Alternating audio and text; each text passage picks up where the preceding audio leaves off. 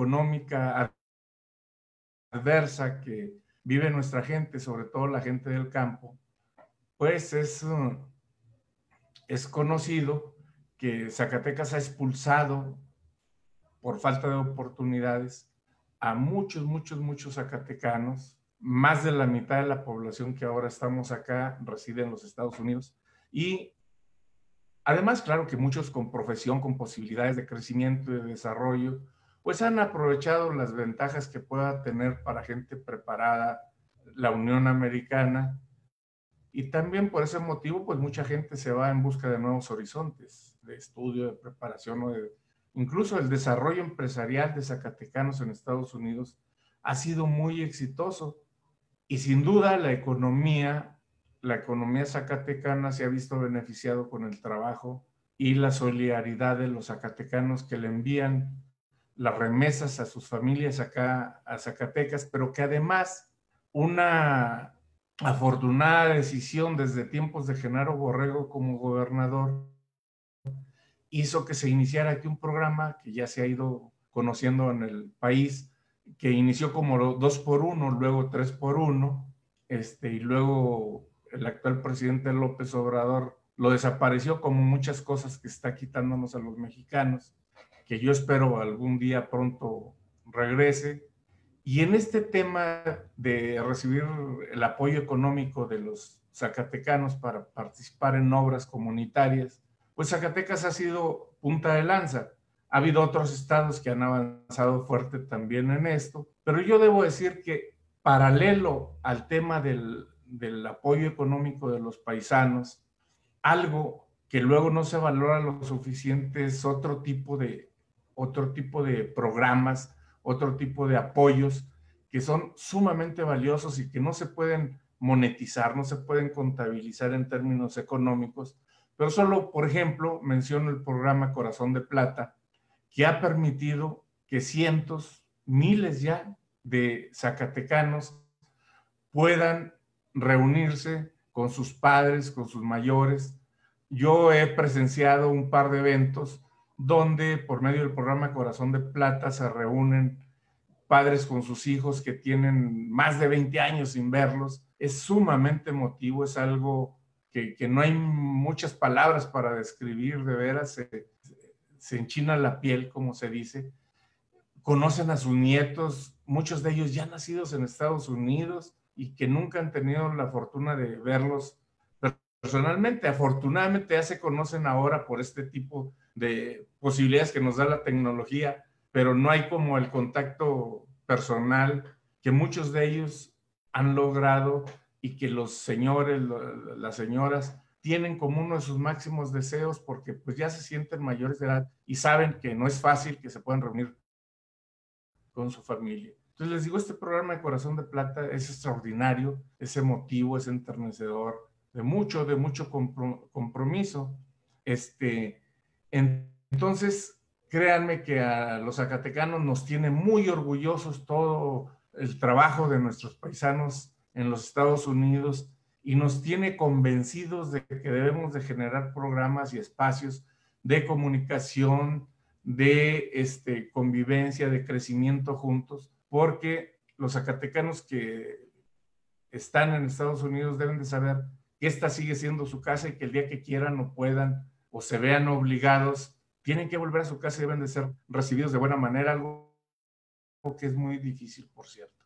Yo he conocido, incluso pues es difícil que alguien de nosotros no tenga familiares que estén en situación migrante, y yo les puedo platicar que a mí me dolió mucho ver cómo un sobrinito regresó, tuvo muchas dificultades de inserción educativa porque dominaba mal nuestro idioma, porque había muchas diferencias culturales y de todo tipo. Él había nacido allá en Estados Unidos y cuando su papá lo quiso integrar aquí, simplemente él tuvo enormes dificultades que a la vuelta de un par de años él regresó a Estados Unidos.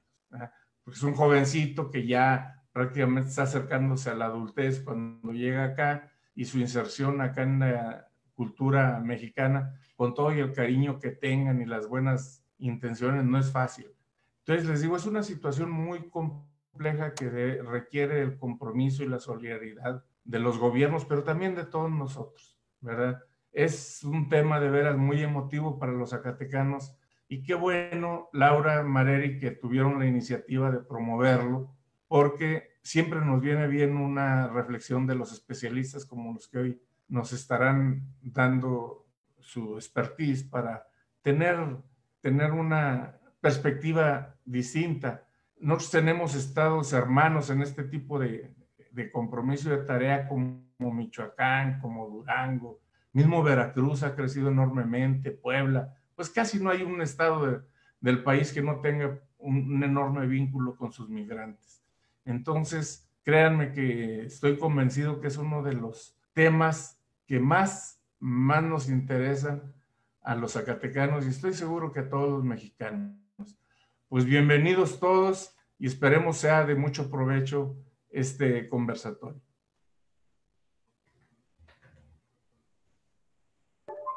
Muchas gracias, ingeniero. Liclau, ¿nos podría compartir unas palabras, por favor? Claro que sí. Bueno, primero que nada, pues le doy las gracias al coordinador Felipe Álvarez por recibirnos nuevamente en su casa en Zacatecas, ese estado tan hermoso que es y con todas las problemáticas sociales, económicas, políticas que hay y que francamente pues estamos dando, creo que pues mucha respuesta desde las redes sociales, desde las propias pues ahora sí que fortalezas y herramientas que tenemos en Movimiento Ciudadano. Y una fortaleza es precisamente la gente que conforma el equipo. Y yo lo tengo que decir aquí, Marari ha sido una de las secretarias que ella, junto con Hermes, han coordinado no solamente espacios, sino otros espacios en donde se da voz a las personas, donde se da voz precisamente a los académicos, se da voz para que también la gente pueda llegar a escucharlos desde estas redes. Y ha sido un trabajo colaborativo entre la Secretaría Nacional y los diferentes secretarios y secretarias de Derechos Humanos. Entonces, queríamos que cada estado, de acuerdo a su realidad, de acuerdo a las problemáticas que hay, pudieran impulsar estos conversatorios. Y este fue un conversatorio conjunto entre Sonora y también desde Zacatecas. Y pues estoy yo muy contenta y es un honor tener a nuestras dos ponentes. Muchas gracias y un saludo desde la Coordinadora Ciudadana Nacional de parte de Clemente Castañeda, nuestro coordinador. Gracias. Muchas gracias, Liclau. Bueno, pues yo les voy a presentar a nuestra primer ponente. Ella es la doctora Gloria Siria Valdés. Es doctora, les voy a leer un poco de su currículum porque es muy amplio. Ella es doctora en Antropología Cultural por la Universidad de Arizona. Actualmente es profesora e investigadora de tiempo completo en el Centro de Estudios de América del Norte del Colegio de Sonora. Pertenece al Sistema Nacional de Investigadores, es SNI Grado 2. Sus áreas de interés son la migración, identidad y fronteras, antropología marítima y pesquerías globalizadas. Es directora del Colegio Niñez Migrante de Sonora. Tiene premios y reconocimientos. Uno de los premios que tiene es el reconocimiento La Raza al profesor hispano distinguido de la Universidad de San Diego. También fue reconocida por CONACYT actualmente en la contingencia por la labor que ha estado realizando. Y pues nos gustaría que nos platicara cómo es que se ha vivido la contingencia desde el área en la que usted está trabajando y cómo ha ayudado en el área de migración.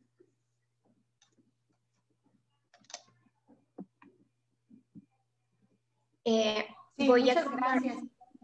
Muchas gracias, Mareri, por la presentación y un gran saludo a todos desde Hermosillo, Sonora. Si me ayudas a compartir pantalla, por favor. Claro.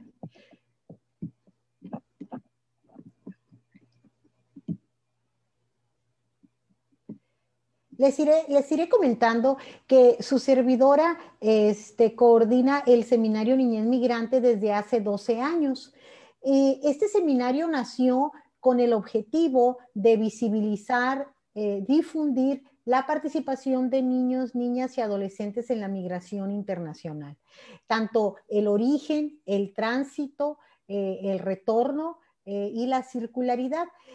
A mí me gustaría decir que así como Zacatecas, Sonora tiene un rol fundamental en el proceso de la migración internacional. Desde los 90, Sonora ha fungido como un territorio de tránsito, un territorio de llegada. A raíz del boom migratorio en los 90, porque debido a la política antimigrante que cerraron las zonas tradicionales de cruce en Tijuana, en Ciudad Juárez, el flujo migratorio se redirigió a nuestro estado de Sonora. Estoy dando tiempo mientras Mareri pone la presentación. Entonces, es muy importante saber que Sonora tiene un rol trascendental y más actualmente en las caravanas migrantes de hace 2, 3 años, donde tenemos asentado ya gente, hermanos migrantes centroamericanos que están esperando refugio en libertad en Sonora o que están esperando el asilo, el procedimiento de asilo en Sonora. Entonces yo les voy a hablar ahorita un poco sobre la educación y migración en tiempos del COVID. La que sigue, por favor, Mareri.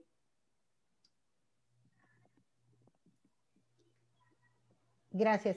A mí me gustaría decir algo muy importante.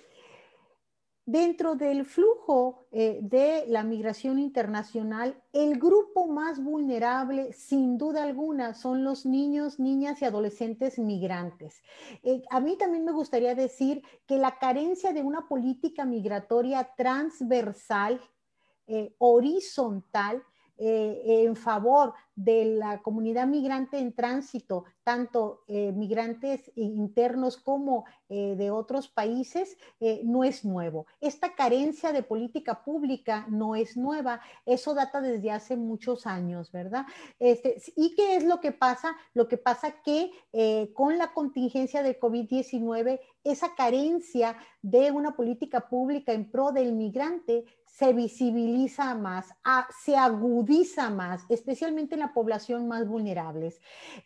Déjenme decirles que, por ejemplo, la Organización Internacional de las Migraciones, UNICEF, UNESCO, la Ley Internacional del Trabajador y los objetivos de la Agenda 2030, todos estos organismos internacionales están de acuerdo y enuncian el derecho que tienen los niños, niñas y adolescentes a la educación.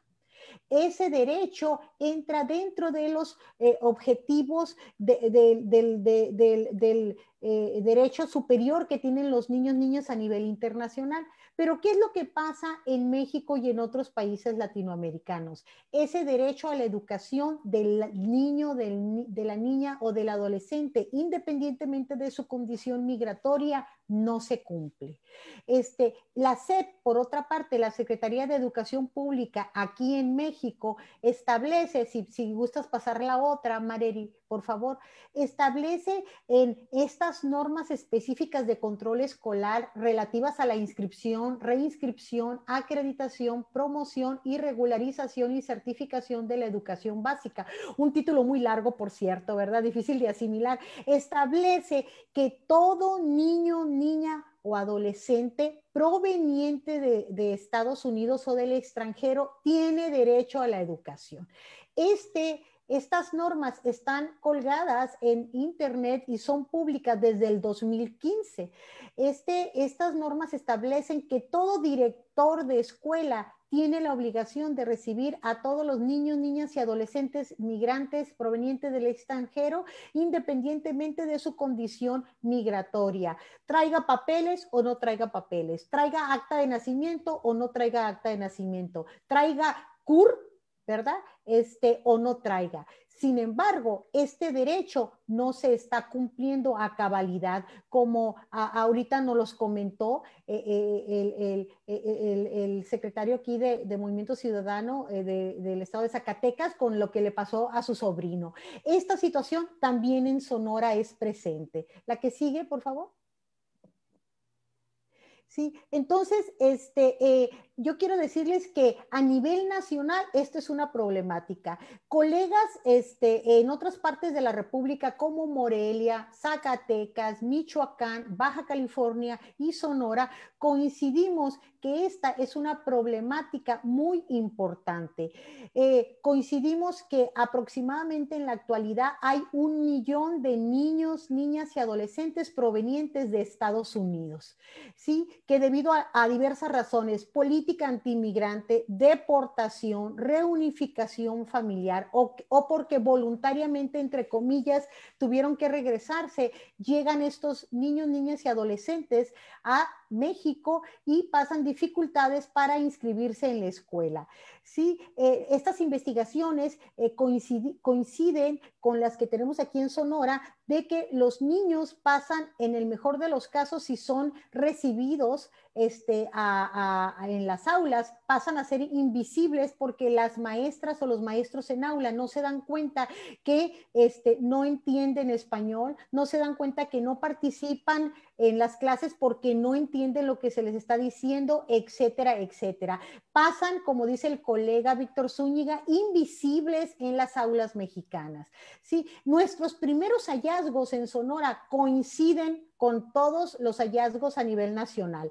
Los niños, niñas y adolescentes y sus familias tienen muchas dificultades en el proceso administrativo de inscripción. En el mejor de los casos que son aceptados, los niños pueden pasar todo el ciclo escolar, sin embargo, al terminar eso, no reciben certificación porque sus papeles no fueron regularizados. También los niños tienen dificultades en 3 materias importantes: matemáticas, español y ciencias sociales, por la cuestión del idioma. ¿Sí? Los niños en Sonora que batallan más son los niños de la primaria alta y secundaria. Los niños de primaria baja son más fáciles y accesibles. En Sonora tenemos aproximadamente de 35,000 a 40,000 niños, niñas y adolescentes provenientes de Estados Unidos que nos han llegado desde el 2007 a la fecha. Recordemos que 2007-2008, una crisis profunda económica en Estados Unidos que obligó a muchas familias de estatus migratorio mixto a regresarse al país, en especial a Sonora. Sí, también de los hallazgos que tenemos muy importantes es que este fenómeno se tiene que estudiar de una manera regional fronteriza.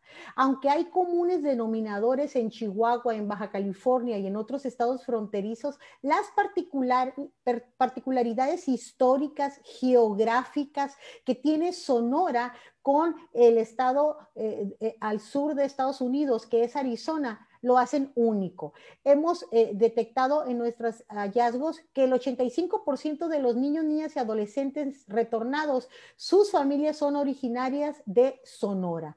Sí, y eso es muy importante. También el 85%, del 80-85% de los que han llegado son procedentes de Arizona. Es decir, ahí vemos ese vínculo importante, histórico, entre estos dos estados, ¿verdad? Sonora y Arizona. Por eso nosotros nos enfocamos en hacer un análisis sobre el retorno de una manera, con un enfoque regional fronterizo. También con un enfoque no lineal, ¿sí? Con un enfoque heterogéneo, ¿sí? Porque estos niños, niñas y adolescentes que regresan no es un grupo homogéneo, ¿sí? Hay diferencias entre los niños de primaria baja, primaria alta y secundaria. Los niños que tienen más problemáticas para la socialización son los niños de secundaria, porque al regresar dejan sus redes sociales, la convivencia entre pares, las redes sociales ya formadas en Estados Unidos. ¿Sí? Sin embargo, pese a que tienen desafíos importantes, con el tiempo estos se van regularizando. Hemos hecho algunos avances.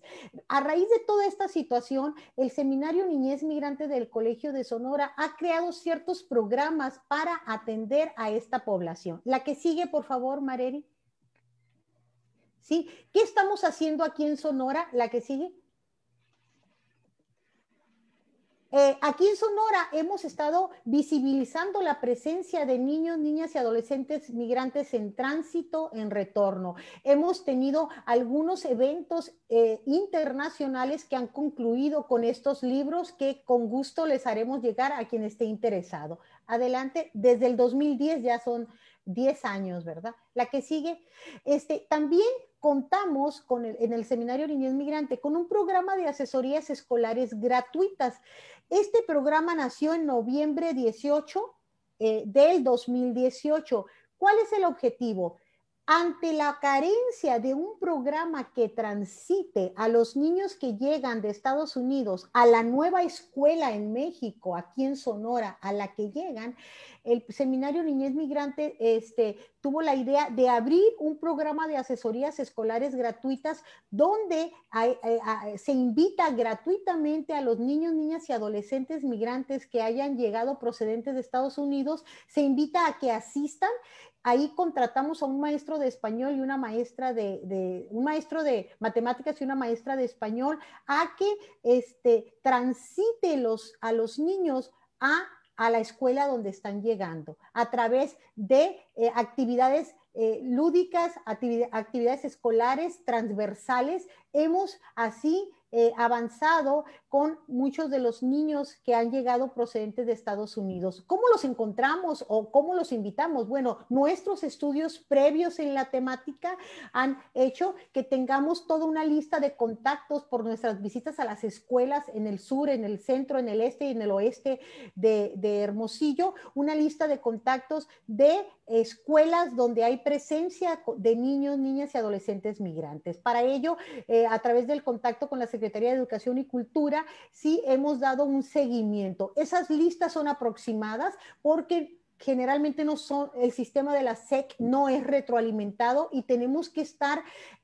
picando hielo, yendo personalmente a cada escuela para detectar a estos niños. Se les invita a través de una junta con los padres de familia que la directora de la escuela nos hace el favor de juntar y asisten a las asesorías. Estas son fotos tomadas por la licenciada Ana Sofía Valencia, asistente del programa y del seminario, donde estamos viendo aquí los niños. La que sigue. Sí, también a través de una firma de convenio con el albergue Tino Touch para niños, niñas y adolescentes migrantes centroamericanos no acompañados, sí, los cuales han aumentado a raíz de las caravanas. Ahora hemos incluido en este programa de asesorías migrantes gratuitas a los niños, niñas y adolescentes migrantes centroamericanos y en espera de refugio en libertad en Hermosillo. ¿Cuántos son? ¿Dónde están? No sabemos. Una de las grandes deudas actuales es saber con cuántos niños, niñas y adolescentes en espera de refugio en libertad contamos. Hemos hecho la solicitud a la COMAR, sí, a la Comisión de Atención al Migrante y Refugiado, y no nos ha hecho llegar los datos. Sin embargo, nosotros hemos contactado a través de esta firma de convenio con el albergue Tino Touch a niños, niñas y adolescentes que están en el albergue no acompañados, que no están con mamá y papá, y que son trasladados cada miércoles, que son las asesorías, al Colegio de Sonora, donde toman estas asesorías gratuitas. También nos han llegado, sí, a través de la difusión que tiene el programa de asesorías en los medios de comunicación, nos han llegado por su propio paso mamás de niños de El Salvador, papás de niños de Guatemala a pedirnos apoyo para inscribir a sus niños a la escuela.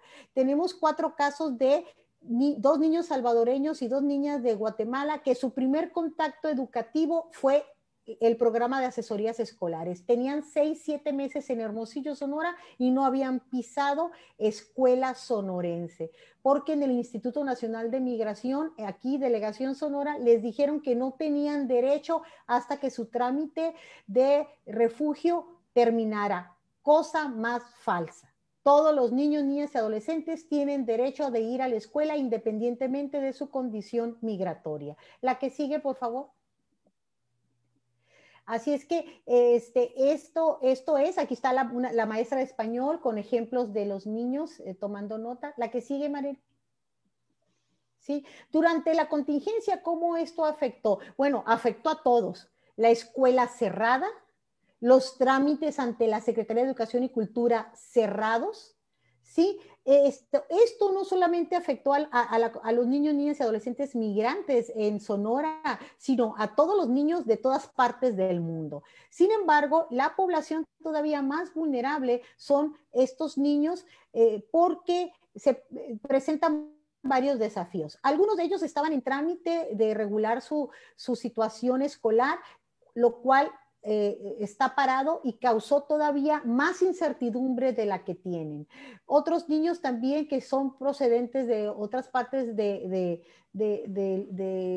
Centroamérica especialmente, aumentó la incertidumbre estar en hogares o en albergues. También una de las dificultades que vemos es que los niños, niñas y adolescentes de retorno cuyo primer idioma es el inglés, fíjense, si batallaban con el idioma estando en aula presencial, ahora imagínense educándose a través de una pantalla o a través de WhatsApp o a través de teléfono, ¿sí? Entre otras cosas. Además, había niños como en muchas partes de México que no contaba con herramientas tecnológicas o que sus tutores son abuelitos o abuelitas. ¿Sí? Y que es una generación que no empata mucho con las tecnologías. Y les estuvimos dando seguimiento. La que sigue, Mareri.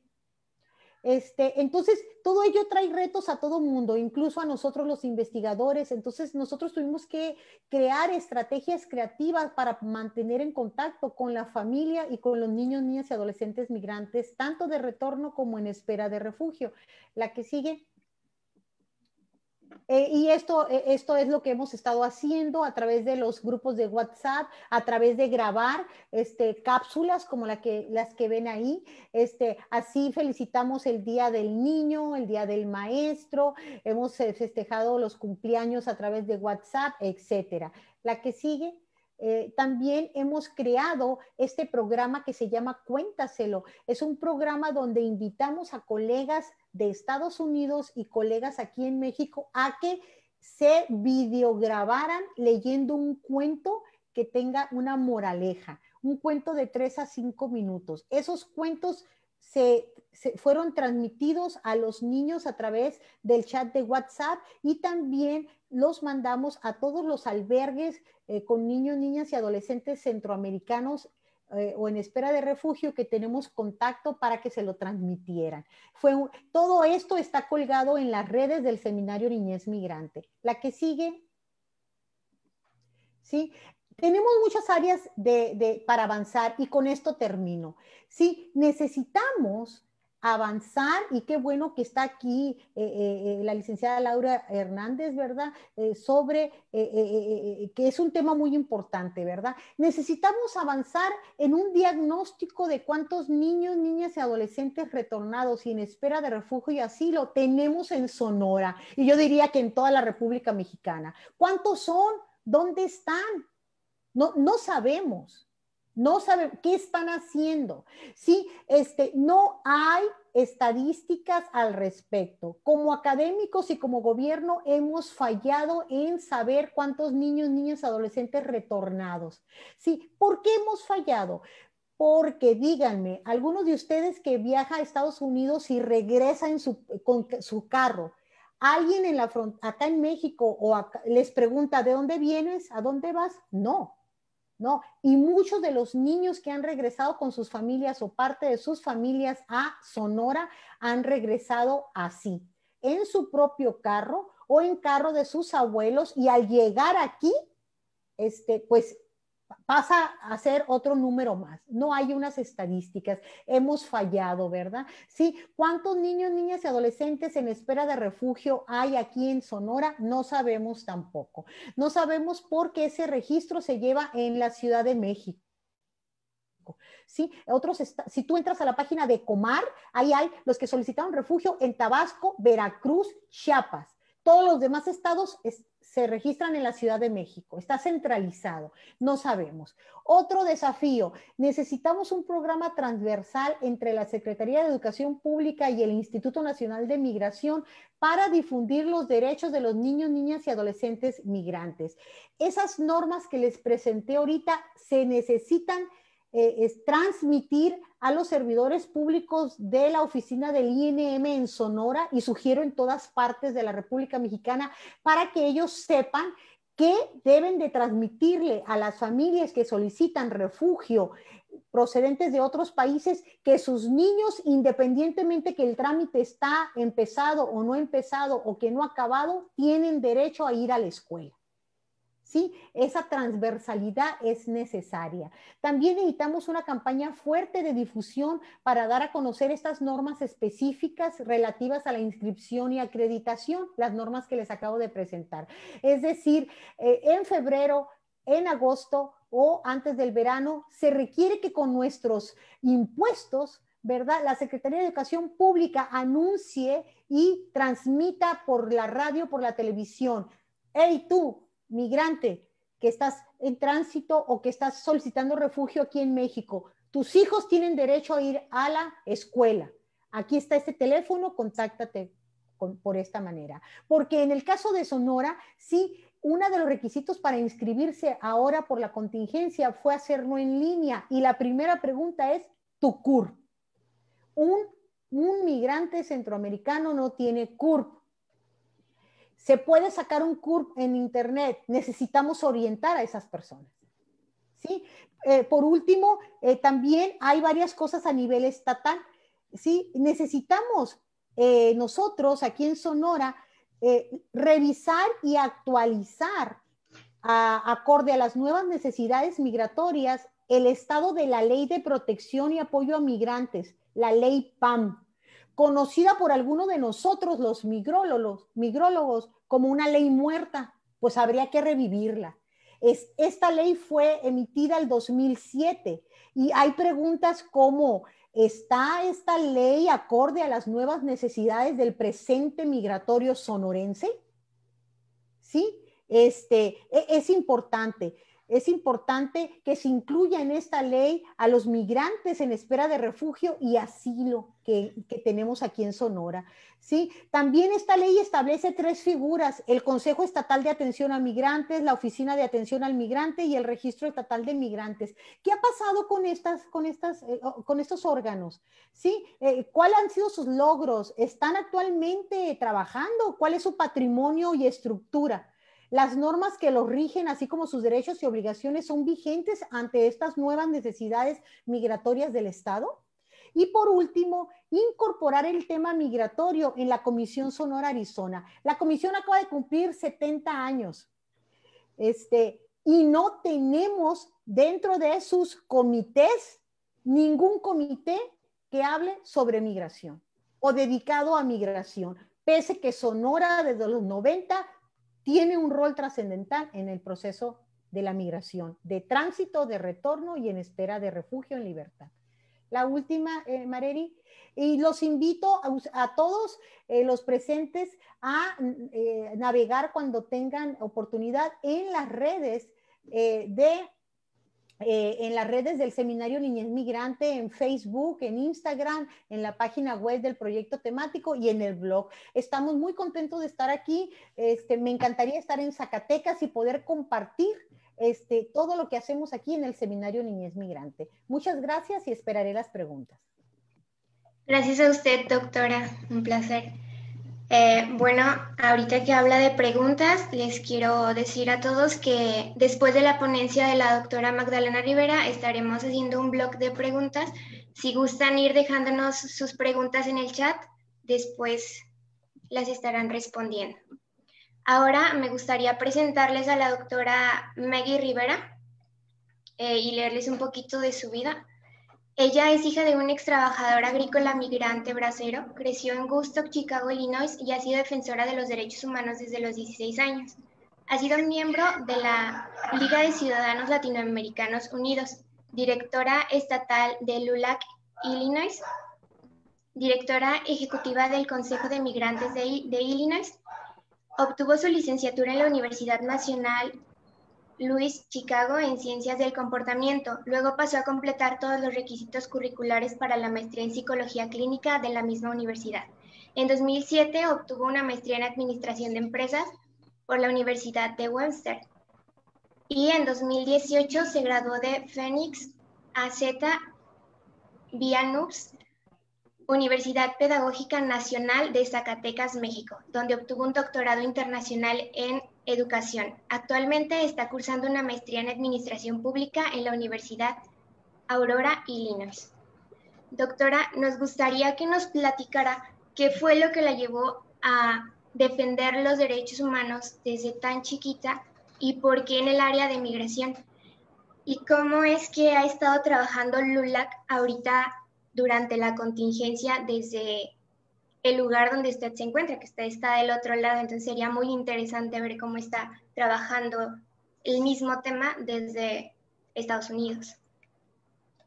Sí, pues muchísimas gracias por la invitación y por la inclusión para ser parte de este importantísimo pues, seminario. Y pues hola Felipe, sí, muchos años de conocernos y de hacer diferentes proyectos juntos, y gracias a la doctora Valdés por tan informativa su presentación, que pues en sí hasta parece que estaba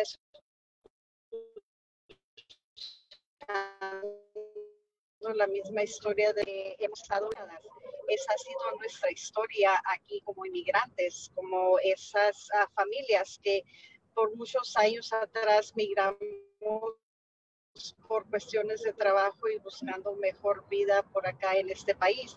Y pues así, de esa manera es que empieza pues en sí mi trayectoria en los derechos humanos, en el abogar por derechos humanos.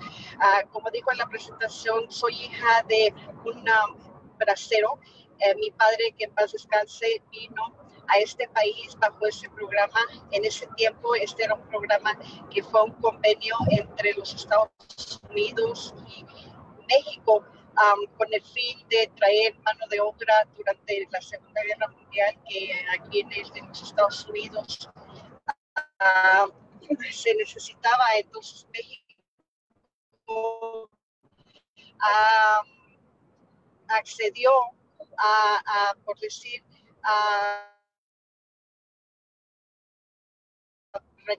prestar mano de obra para que las cosechas y pues en sí se pudiera seguir cosechando también, que era importante para el transporte a otros lugares.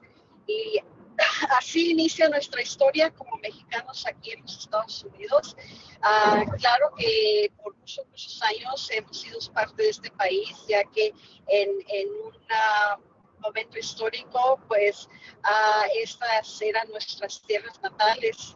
Como decimos todos los que estamos aquí y emigramos a los Estados Unidos, nosotros no cruzamos la frontera nos cruzó a nosotros.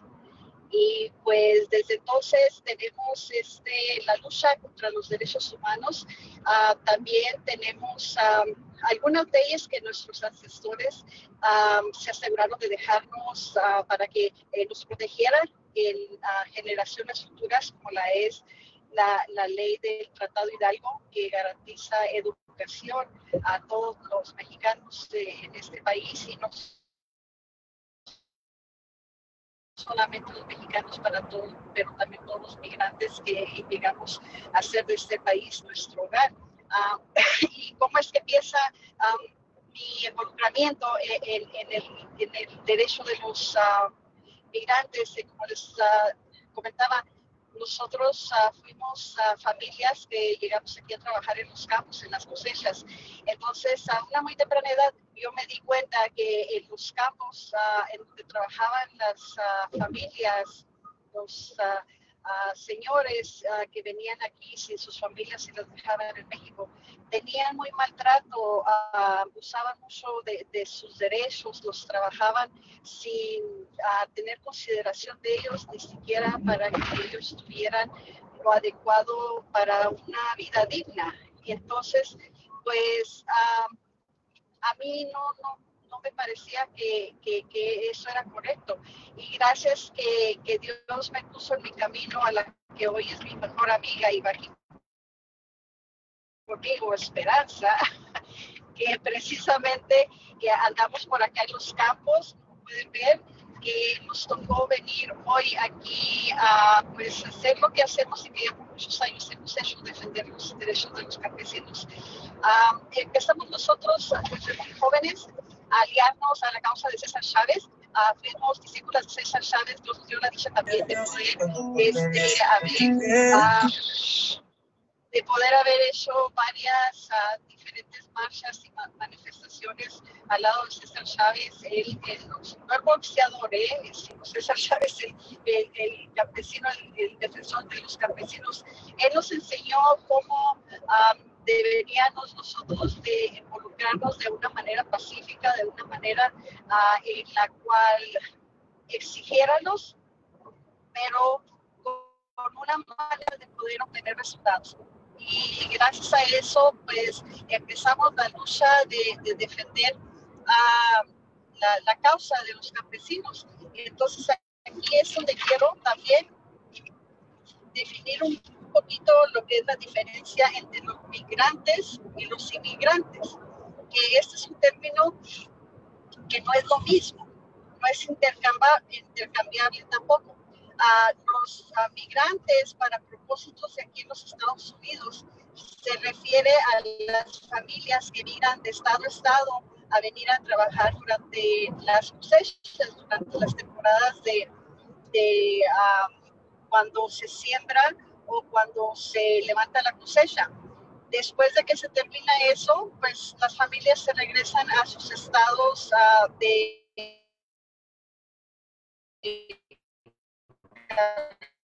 tercera y después empiezan. Ahora, inmigrantes, eso es un término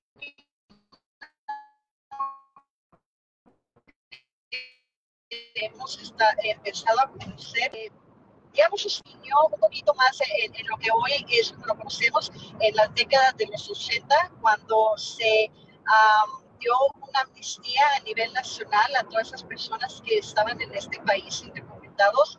Entonces se les dio la oportunidad de ajustar su estatus legal de inmigrantes a residentes, después como ciudadanos.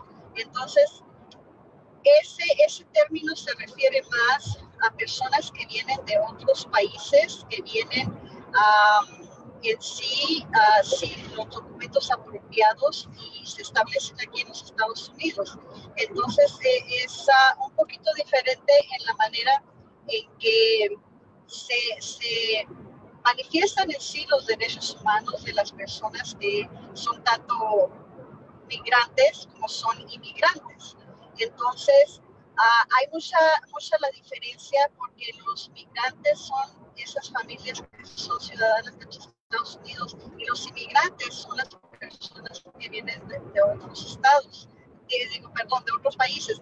Entonces, ahí es donde es muy parecida a la historia en lo que la doctora Valdés explicaba acerca de los derechos humanos, de los derechos de educación, de los derechos en sí de personas que por muchas razones, a veces por las leyes que tienen nuestros países, no pueden disfrutar de los mismos derechos. Muchas veces es derecho básico que necesita la persona, derecho de poder tener un trabajo, derecho de poder tener beneficios en los trabajos, de tener vivienda adecuada, de tener comida en sus mesas para sus familias. Y luego, si empalmamos un poquito más la situación de cómo se empieza también pues en sí a poner un poquito más difícil, si empezamos a ver los derechos de las familias mixtas. Estas familias mixtas se refieren a personas que los hijos son ciudadanos americanos y los padres no tienen la documentación adecuada aquí en este país. Entonces ahí hay diferentes derechos. Muchas veces los niños que son ciudadanos aquí sufren de la carencia de esos derechos que por nacimiento les toca, y por el simple hecho de que los padres no están aquí bien documentados, pues ellos son los que sufren. Entonces, en lo que toca a LULAC, LULAC es la organización más antigua y más grande de los Estados Unidos de latinos americanos. Esta es una organización que inició en el 1929 en el estado de Texas y fue iniciada por mexicanos que precisamente exigían derechos para la educación de sus hijos en ese estado. Y por la razón de que la mayoría de ellos eran migrantes que venían a los estados del norte, por eso se conoce como ya me voy para el norte. Este dicho se conoce mucho porque estas familias se venían al norte a trabajar durante los veranos y se regresaban a Texas, a California, a Florida, de donde venían, y trabajaban aquí en el Midwest. Así es como LULAC empieza a desparramarse a nivel nacional y se empieza a volver una organización con la voz más fuerte que tenemos los hispanos aquí en este país. Yo empecé a involucrarme con LULAC ya hace 30 años, después de que en la universidad iniciamos una organización de jóvenes para poder exigir los derechos de los jóvenes en las universidades, y desde entonces nos volvimos personas que hemos estado aliadas con LULAC en muchas diferentes causas, inclusive somos los defensores más grandes a nivel nacional de inmigración. Constantemente estamos buscando la manera de poder mejorar las vidas de nuestra gente y de uno mismo. Siempre lo miramos de la manera que si yo quiero estar bien, entonces tengo que asegurarme que mi comunidad esté bien. Una comunidad saludable es una vida saludable y un futuro saludable para las demás personas. Entonces, esa es una manera que empezamos a involucrarnos. Tocante a lo que es el título del tema de esta conversación, pues también nosotros aquí en los Estados Unidos estamos atravesando por las mismas situaciones que ellos están haciendo en México. Los niños también tienen que estudiar de la misma manera, y en sí tiene mucha razón la doctora Valdés, esto es a nivel mundial, ya no es solamente en ambos lados de la frontera de aquí, de estos dos países vecinos. Y es algo muy difícil porque aparte de que los niños están aprendiendo una manera nueva, los padres aún así tienen que salir a trabajar.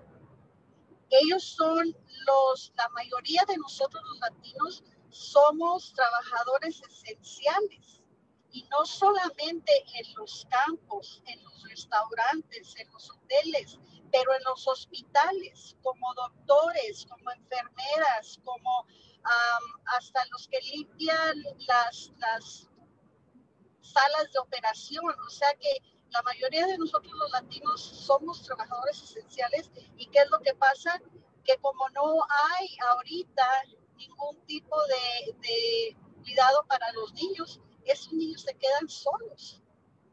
Y aparte de eso, ahora que ya inició el ciclo escolar, algunos de los distritos escolares escogieron no regresar todavía a las aulas, así que los niños siguen en sus casas. Algunos sí han regresado ya, y es algo que se les dificulta porque también los niños se están enfermando, y a raíz de eso regresan a la casa y pues regresan con la enfermedad, y después lo que resulta es de que tenemos familias enteras que se están infectando. Y ahí es donde nosotros como LULA, como el Illinois Migrant Council, que es la organización estatal en los Estados Unidos, en el estado de Illinois, que provee todos los servicios a los campesinos y otras minorías en la comunidad. Entonces es que nos toca a nosotros salir a llevarles comida, a llevarles ropa, a llevarles ayuda financiera para que ellos puedan cuando menos pagar sus rentas, que no les corten la luz, el gas, el agua, cosas esenciales que necesita uno a la vida diaria. Entonces, pues, pocas o muchas palabras que haya compartido con ustedes hoy, para mí ha sido como un estilo de vida. Para mí el estar involucrada en defender los derechos humanos ya es más a los dos lados de la frontera, porque como dijo Felipe, tenemos 20 años ya de conocernos, y la manera que nos conocimos es porque mi esposo y yo hace 20 años iniciamos unos proyectos para apoyar a Zacatecas y otros estados de México en diferentes donaciones que podamos nosotros llevar y aportar a esos estados para, otra vez, una mejor calidad de vida. Porque si al otro lado de la frontera están bien, también nosotros estamos bien a este lado de la frontera. Si caminamos juntos, si promovemos todos los diferentes necesidades juntos, nos agarramos de la mano, entonces vamos a tener mejores oportunidades, y las generaciones que vienen atrás de nosotros van a tener mucho más éxito de lo que ya el latino aquí en los Estados Unidos ha logrado. Y pues ahora sí que yo creo que las preguntas nos van a llevar hacia una discusión más amplia en lo que estamos platicando. Muchas gracias, doctora Maggie. Bueno, pues sí tenemos algunas preguntas, y una de ellas es para la doctora Siria, la primera, y dice: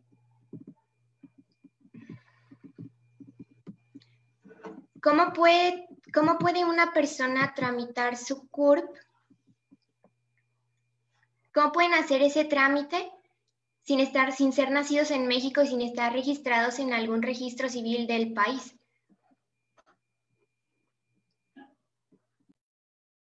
Sí, mira, una de las cosas que sí se ha avanzado es en la posibilidad de sacar el CURP aunque seas extranjero. Es un CURP provisional. Hay una página en el internet que tú puedes accesar para sacar el CURP. Vienen varias preguntas, que no contestas porque no proceden, porque no vives aquí en México. Y se te da un CURP un CURP provisional. Sí, pero sí se necesita destreza para llenar ese formato. Déjeme decirte que tu servidora intentó llenarlo y tuve que hablar varias veces a la Secretaría de Educación y Cultura para que me apoyaran para llenarlo para un niño de El Salvador que quería entrar a la escuela, que tiene 7 meses, 8 meses de estar aquí en Hermosillo, Sonora, y que no había ido a la escuela. Sí, se te proporciona un CURP con los números finales, las letras finales que dicen que eres extranjero, ¿verdad? Ello no necesariamente implica que el proceso de inclusión administrativa a la escuela vaya a concluir.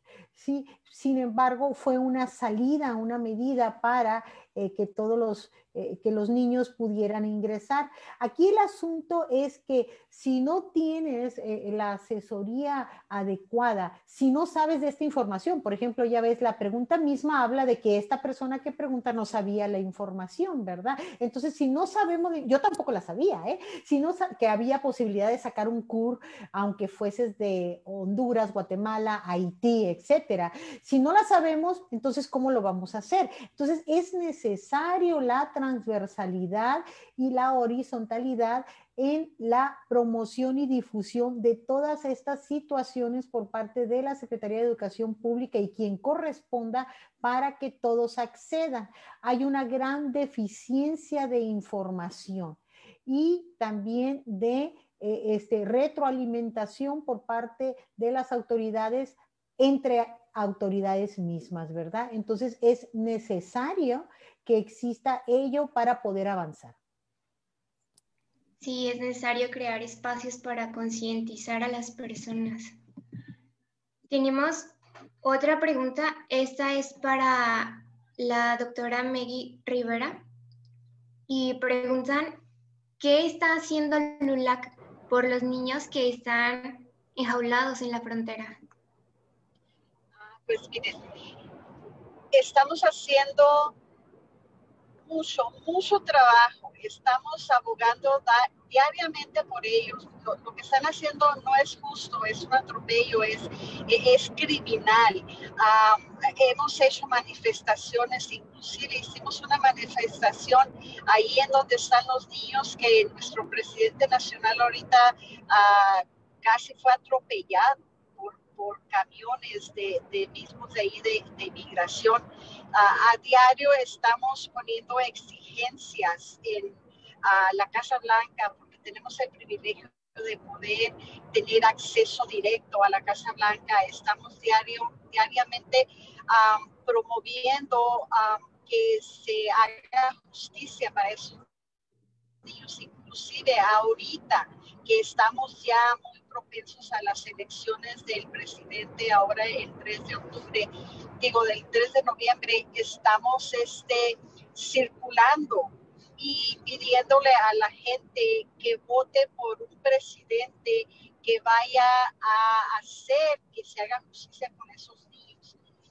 Es algo que no hemos quitado el dedo del renglón. A diario estamos buscando la manera de cómo liberar a esos niños. Inclusive, hoy mismo comentábamos y decíamos que cuando gane el nuevo presidente Biden, porque vamos a asegurarnos como Lula que este presidente número 45 no vuelva a ser reelegido.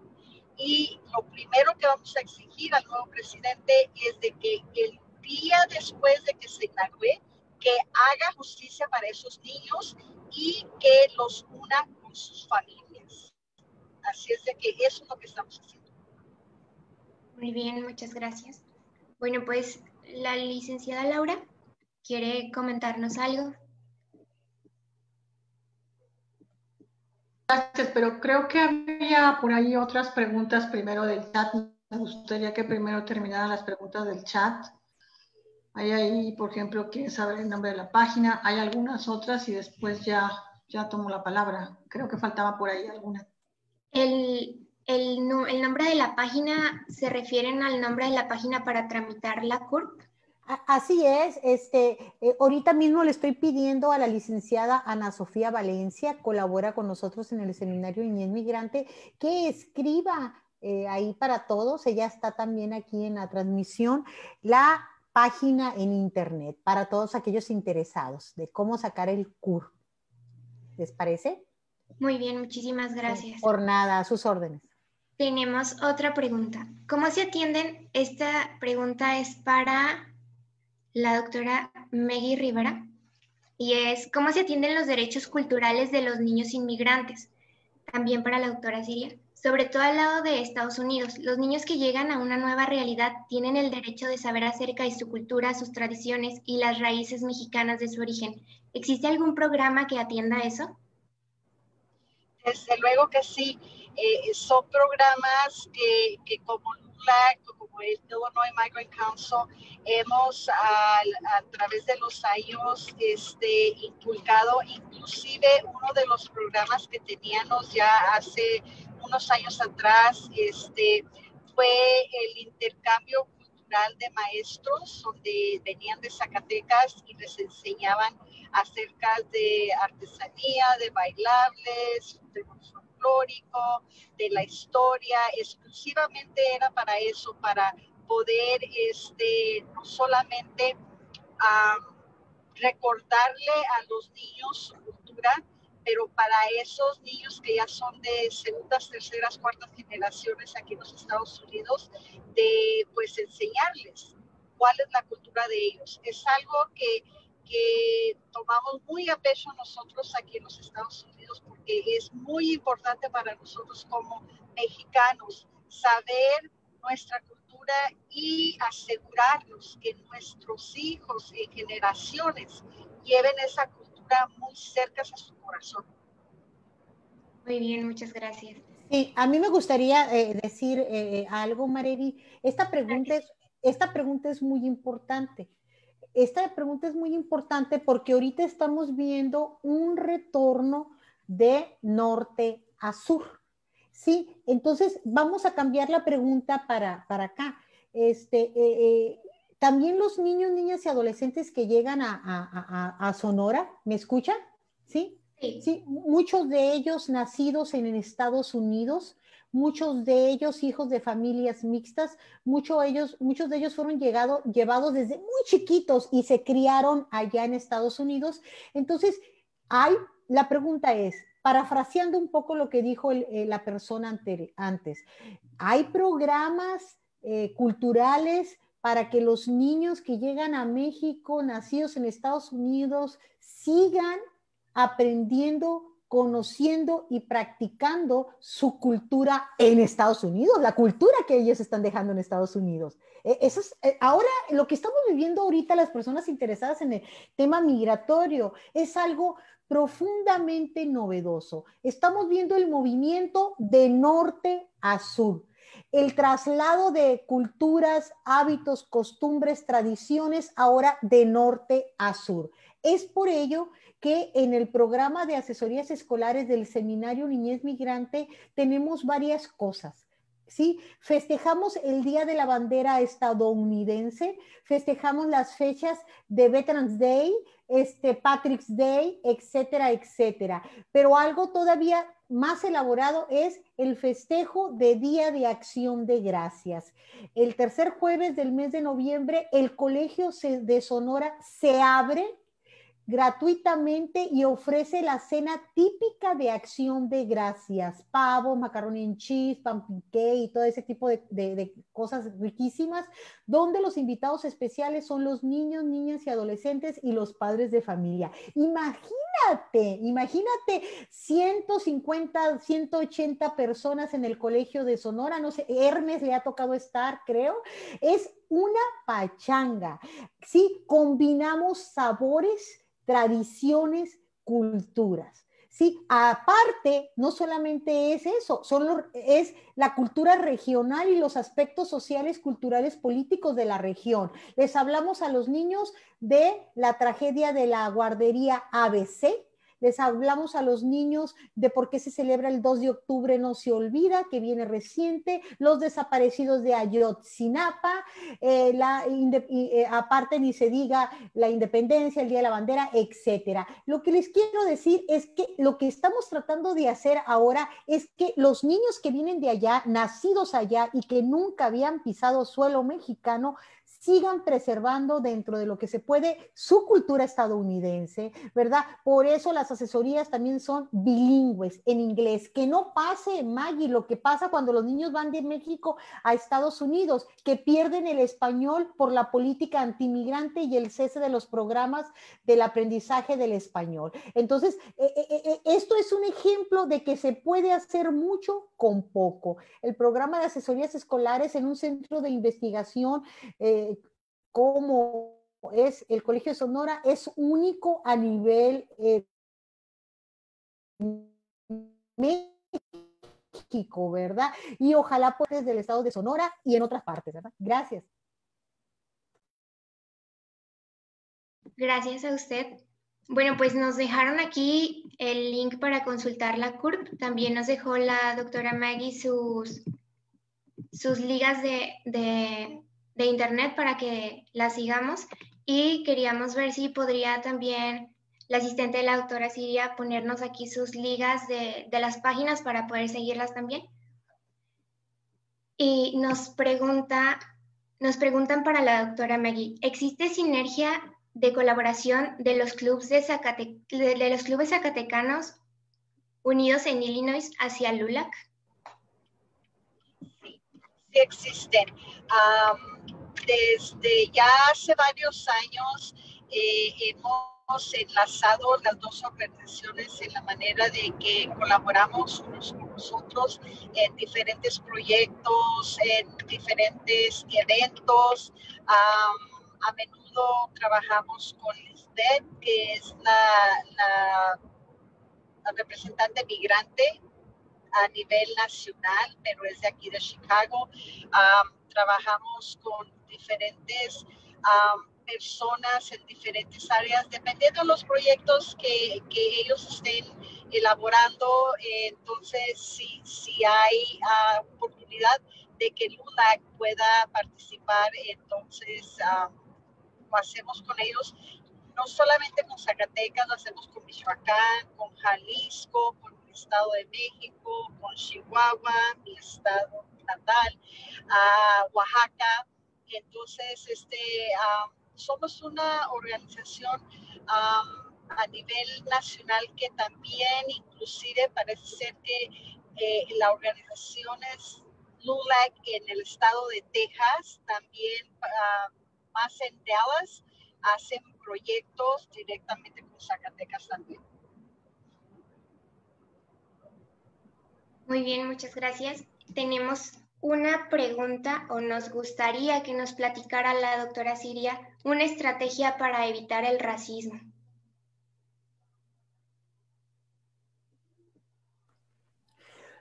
Bueno, esta es una pregunta muy amplia, Mareri, que no se podría abordar solamente en una pequeña intervención de tu servidora. Sin embargo, yo te quiero decir que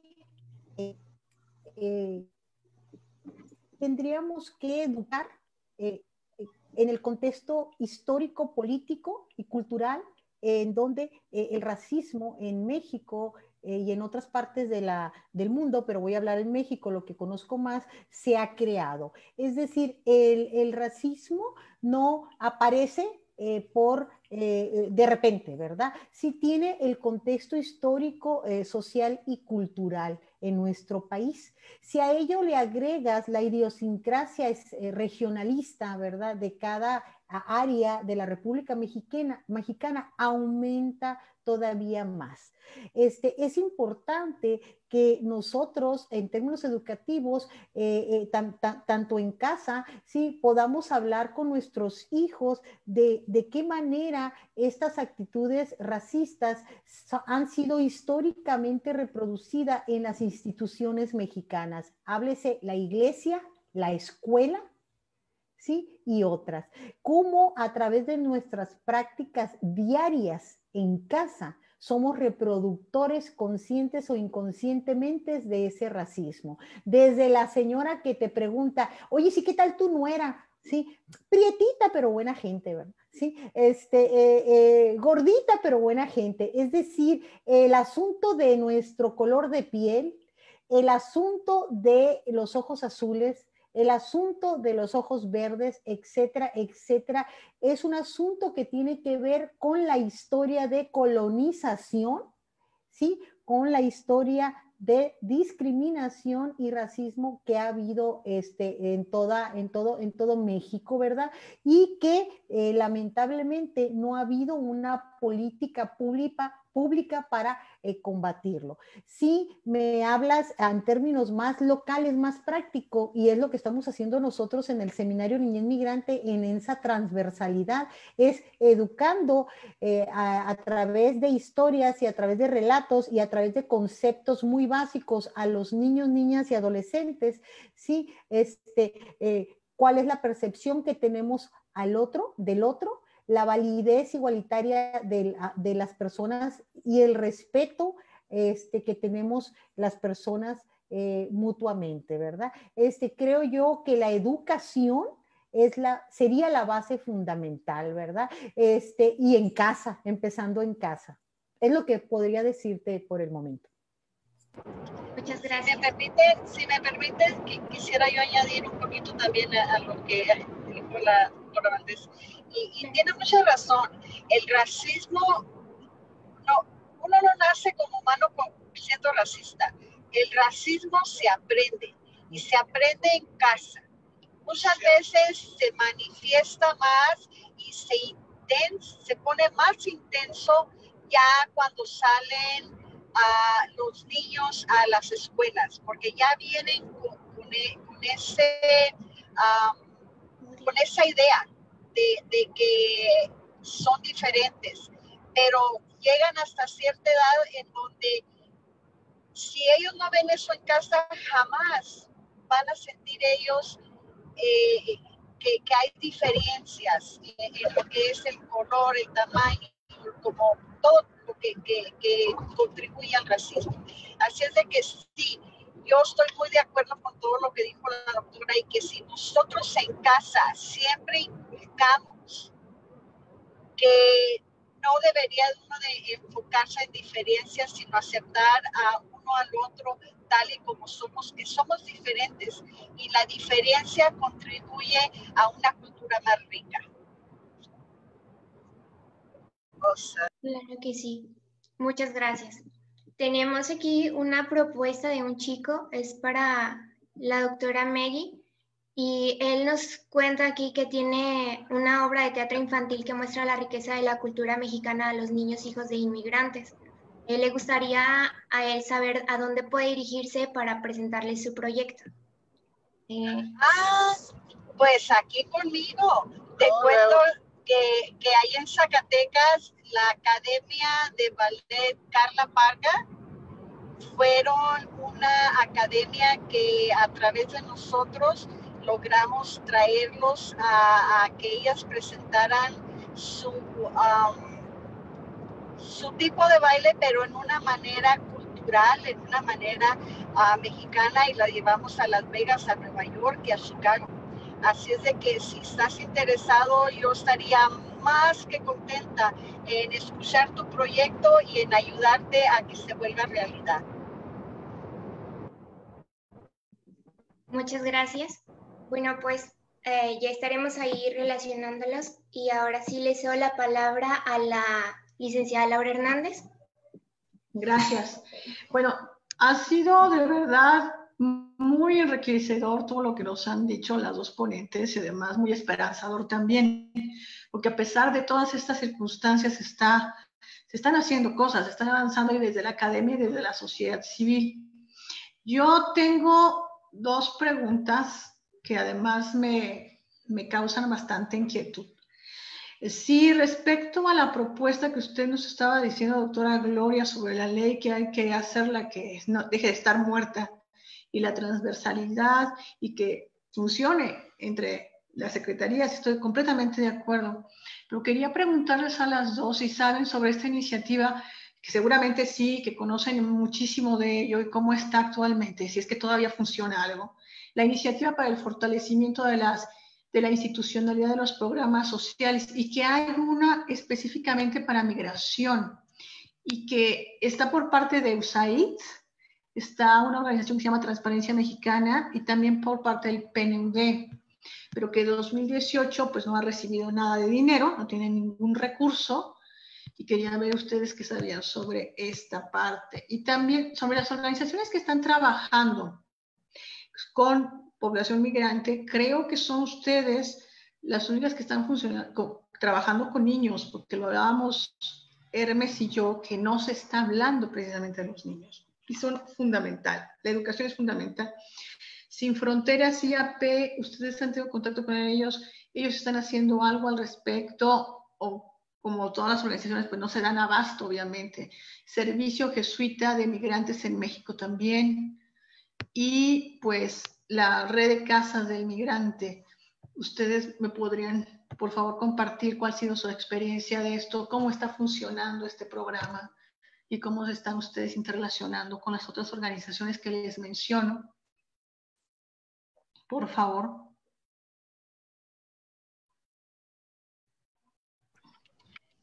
Pues mire, yo por mi parte, en realidad no tengo mucho conocimiento de esas organizaciones.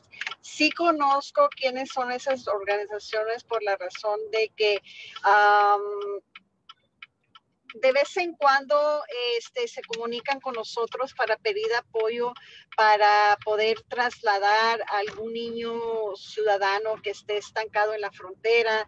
Entonces nosotros con LULAC tenemos un equipo de rescate para estos niños que necesitan volver a entrar al país, o también con víctimas de tráfico humano. También tenemos un equipo que salimos al rescate de estas familias. Entonces conocemos quiénes son esas organizaciones, y también por la razón de que yo ya tengo varios diplomados que he participado con la Universidad Autónoma de México, que tienen un programa que se llama Primeros Auxilios para Inmigrantes y Refugiados. Ahorita estamos cruzando el sexto o séptimo diplomado que se enfoca en estas poblaciones. Más aparte de eso, no, en realidad yo no tengo mucho conocimiento. No sé si la doctora Valdés tiene un poquito más de conocimiento para contestar la pregunta. Especialmente en la organización Kino, ¿verdad? Hemos coincidido con eventos en Nogales, Sonora. Hemos sido invitados a algunos eventos que han organizado relacionados con el tema de la migración. También hemos sido invitados por otras organizaciones que a su vez son apoyadas por la iniciativa Kino en relación principalmente al apoyo a albergues y a metas importantes en pro de los migrantes en la frontera. Nosotros también estamos relacionados con, como les comenté, tenemos varios convenios. Uno de ellos es con el albergue Camino a Casa, el albergue Tino Tosh, que pertenece a la red de albergues en Sonora Camino a Casa, ¿verdad? Y en el 2009, más o menos, 10, participamos, fuimos invitados por el albergue Camino a Casa del Sistema Integral de la Familia en Sonora para elaborar un diagnóstico académico en relación a la situación de los albergues Camino a Casa en la frontera norte para mejorar el servicio y atención a niños, niñas y adolescentes migrantes no acompañados. También nosotros tenemos relación en términos de trabajo académico con el albergue 1 de 7 Migrando de la ciudad de Chihuahua, que pertenece a la red a la red ODEM, a la red documentaria de albergues en México. Sí, y trabajamos también con Red Américas, Proyecto Taica y otros proyectos relacionados con niñez migrante, educación en México. Y algo bien interesante y que nos congratula mucho es que en noviembre del 2018 abrimos una sucursal del Seminario Niñez Migrante en San Pedro Sula, Honduras. Así que ustedes también pueden buscar en la página de Facebook el Seminario Niñez Migrante Honduras. Fuimos invitados por la Universidad Nacional Autónoma de Honduras en San Pedro Sula para transmitir la experiencia de todos estos programas que estamos haciendo aquí en Hermosillo, Sonora, México, y allá los colegas abrieron el Seminario Niñez Migrante Honduras. ¿De qué se trata? Se trata de que poder visionar más adelante un seminario niñez migrante en Guatemala, un seminario niñez migrante en El Salvador y poder trabajar en conjunto esos 3 países que son los principales países de origen de estos niños, niñas y adolescentes migrantes acompañados y no acompañados que transitan por México, que transitan por Sonora, poder tener esos 3 seminarios y poder, junto con el seminario aquí en Sonora, poder elaborar cartas de entendimiento con las autoridades, tanto educativas, por ejemplo, ¿verdad? Para que la autoridad educativa aquí en Sonora y las autoridades allá se comprometan a recibir, dar seguimiento y otorgar educación a los niños migrantes centroamericanos, facilitar la tramitología.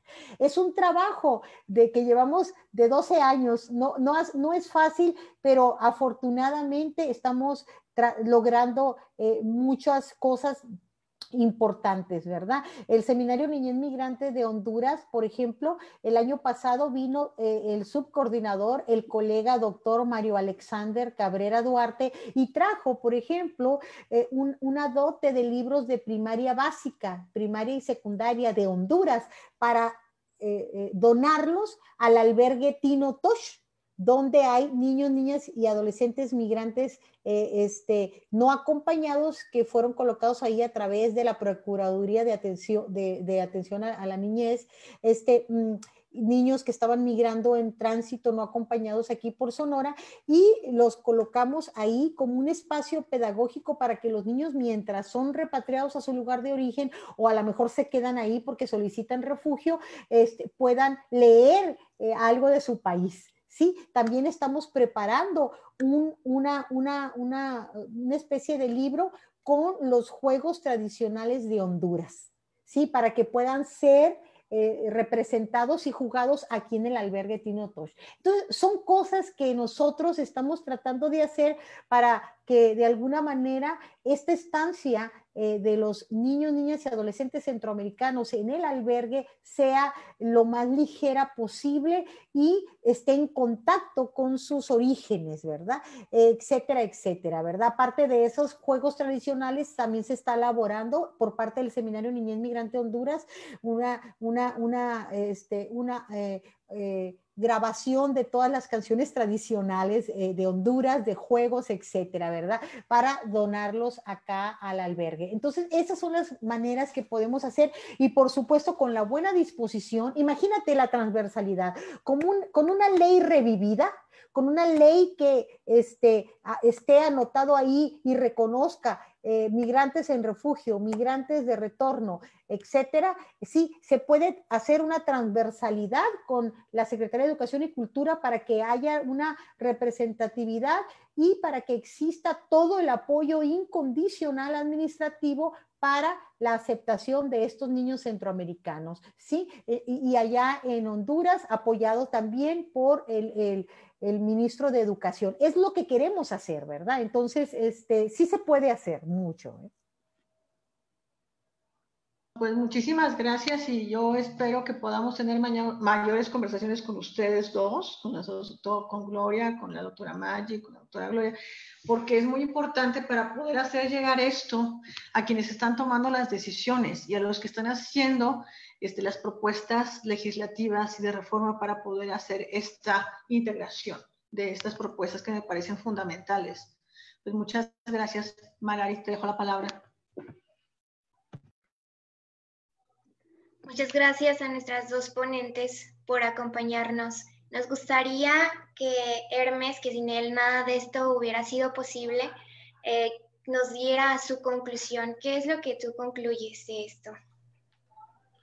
Bueno, gracias, Margarit, y gracias también a Laura, a nuestras dos ponentes, Maggi Rivera y a Gloria Siria Valdés, así como al coordinador de Zacatecas, Movimiento Ciudadano, por dar oportunidad de este espacio. Creo que yo quiero iniciar la reflexión con algo que observé en la participación de Maggi cuando hizo referencia a lo que habló Gloria Siria Valdés sobre la situación de la niñez migrante retornada aquí en México. Comentó algo así como que eso mismo también se vive del otro lado, pues. Es decir, que los niños mexicanos o los niños inmigrantes de países latinoamericanos o de otros países viven también una situación parecida en las aulas de no ser acogidos y de que su cultura pues no se le da la importancia o a su lengua. Y también, y lo hago por esta situación, creo que también, y es algo que he comentado incluso con Gloria Siria acá en Hermosillo, es una situación compleja del mundo actual, la que tienen las escuelas, con el fenómeno migratorio, ya sea en tránsito o de retorno, al garantizar a los niños y a los adolescentes y a las niñas también este acceso a la educación y este acceso a la cultura y seguir aprendiendo en su propia lengua o en la lengua donde ellos aprendieron. Y es debido a la complejidad del mundo que nos está tocando vivir y que ahora en la situación del contexto del coronavirus, pues todavía se vuelve más complejo y necesitan esfuerzos más grandes, tanto de la investigación como de los gobiernos, que tienen que entender que esta complejidad es también un área de oportunidad. Y es un área de oportunidad para ir venciendo el racismo que también se fomenta en las aulas, ir venciendo estos prejuicios contra los que son de otras partes en las mismas aulas, con una educación más multicultural, que reconozca la valía de todas las personas, de todos los seres humanos, que reconozca los derechos humanos, que reconozca la riqueza lingüística que puede traer un migrante en un aula, o un niño migrante en un aula, la riqueza cultural, y explotar más o fomentar que los gobiernos tengan leyes en aspectos de educación que reconozcan la multiculturalidad y que reconozcan que los niños, las niñas y los adolescentes tienen derecho a una educación multicultural porque el mundo así lo está exigiendo. Las circunstancias que nos está tocando vivir nos exigen que la educación sea una educación en la cual se reconozca y se aprenda de las culturas de los otros y se vayan quitando los prejuicios y el racismo. Y en ese sentido, valoro mucho el trabajo que hacen tanto Maggie como Gloria Siria, y hay que darle continuidad con esa a poder ir avanzando en esto. Gracias.